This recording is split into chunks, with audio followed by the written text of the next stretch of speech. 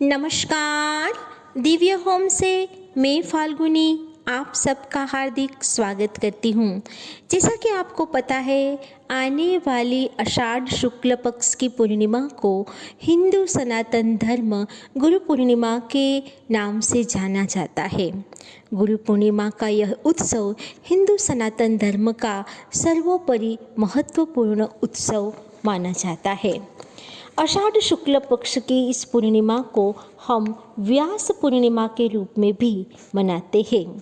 तो आइए इस वीडियो में चर्चा करते हैं, इस पूर्णिमा को व्यास पूर्णिमा क्यों कहते हैं, इस पूर्णिमा की शुरुआत कहाँ से हुई, हमारे आदि गुरु और आदि योगी कौन है, तथा इस पूर्णिमा में घर बैठे बैठे हम गुरु की सेवा, गुरु की पूजा कैसे करें। तो आइए वीडियो की शुरुआत करते हैं। लेकिन इससे पहले कि हम चर्चा आगे बढ़ाएं, रोज़ की तरह मुझे कमेंट बॉक्स में लिखे ओम गुम गुरुवे नमः या गुरु कृपा ही केवलम।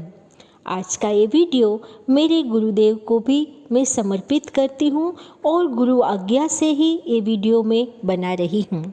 सबसे पहले बात करते हैं गुरु पूर्णिमा के दिन हम घर पे क्या करें। गुरु पूर्णिमा के शुभ अवसर पर यानी कि पूर्णिमा के दिन इस बार दो शुभ योगों का शुभ संयोग हो रहा है। वो है सर्वार्थ सिद्धि योग और प्रीति योग। ये दोनों शुभ योग में आ रही है इस साल की गुरु पूर्णिमा। तो ऐसे में ब्रह्म मुहूर्त में उठ के 4:30 से लेके 5 बजे के बीच में आप स्नान करेंगे। आप गंगा जल से भी स्नान कर सकते हैं। इसके बाद यदि आपके जीवित गुरु है तो उसका आशीर्वाद उनके पास साक्षात जाके लीजिए। और यदि आपके गुरु के पास आप नहीं जा सके तो हमारे घर के मंदिर में एक चौके पर पीला आसन बिठा के गुरु मूर्ति या गुरु फोटो को आप स्थापित करें। फिर उसे 16 यानी कि 16 तरह के विधि विधान से उसकी पूजा करें, उसे अच्छा भोग लगाए, उसे साष्टांग दंडवत प्रणाम करें और उसे आपके गुरु बनने के लिए धन्यवाद व्यक्त करते हुए गुरु को अपने गुरु के सामने पूर्वाभिमुख होके आप गुरु की विधि विधान से पूजा करें। और जो एक गुरु मंत्र है जिसे गुरु गायत्री मंत्र कहते हैं, उसका अवश्य जाप करें। ओम वेदादि गुरुदेवाय विद्महे परम गुरुवे च धीमहि तन्नो गुरु प्रचोदयात। ये गुरु गायत्री मंत्र है। आप इस मंत्र का जाप करके गुरु का आह्वान करें और फिर गुरु की विधि विधान से पूजा करें। आगे आइए जानते हैं आदि गुरु या आदि योगी की शुरुआत कहाँ से हुई। आज से लगभग 15,000 साल पूर्व भगवान शंकर के पास दो तरह का ज्ञान, एकदम गूढ़ ज्ञान था। एक तंत्र ज्ञान और दूसरा योग विज्ञान का ज्ञान। अब भगवान शंकर ये दोनों तरह की सिस्टम, दोनों तरह की ज्ञान को किसी योग्य शिष्य को प्रदान करना चाहते थे कि जिससे वो आने वाले समय में समय पर लोगों को ये ज्ञान प्रदान कर सके। बहुत खोज के बाद उन्होंने सप्त ऋषियों को पाया कि जो उनके योग विज्ञान के ज्ञान को अच्छी तरह से समाज में प्रस्थापित करके आगे उसका प्रचार प्रसार कर सकते हैं। उन्होंने दक्षिणाभिमुख होके यानी कि दक्षिण दिशा में मुँह करके इन सप्त ऋषियों को ये योग विज्ञान का ज्ञान दिया। अतः उसे दक्षिणेश्वर भी कहा गया है। भगवान शिव के इस स्वरूप को आदि योगी के नाम से हम जानते हैं। परंतु ये ज्ञान तो सिर्फ योग और विज्ञान का था।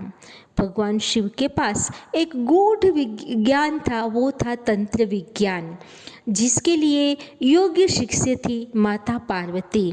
अतः उन्होंने माता पार्वती को अपनी शिष्या मानकर और माता पार्वती ने भी भगवान शिव को अपना प्रथम गुरु मानकर जो तंत्र विद्या का ज्ञान ईश्वर से ग्रहण किया, वो प्रकृति स्वरूपा माँ पार्वती ने युगों युगों तक आज के युग में भी उसका संचरण करती आई है, जिसे हम तंत्र विद्या कहते हैं।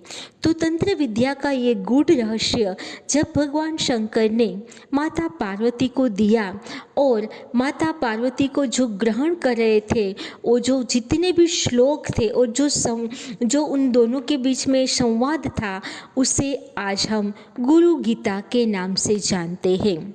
गुरु गीता में जो गुरु की महिमा गाई गई है और जो योग्य शिष्य की बात बताई गई है, वही योग्य शिष्य थी माता पार्वती और आदि गुरु थे भगवान शंकर।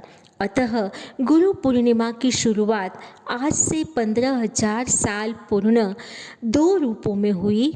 एक आदि योगी यानी योग विज्ञान का ज्ञान भगवान शंकर सप्त ऋषियों को देते हुए जब शुरुआत हुई तब, और दूसरा आदि गुरु जो तंत्र विद्या का ज्ञान भगवान शंकर ने माता पार्वती को दिया।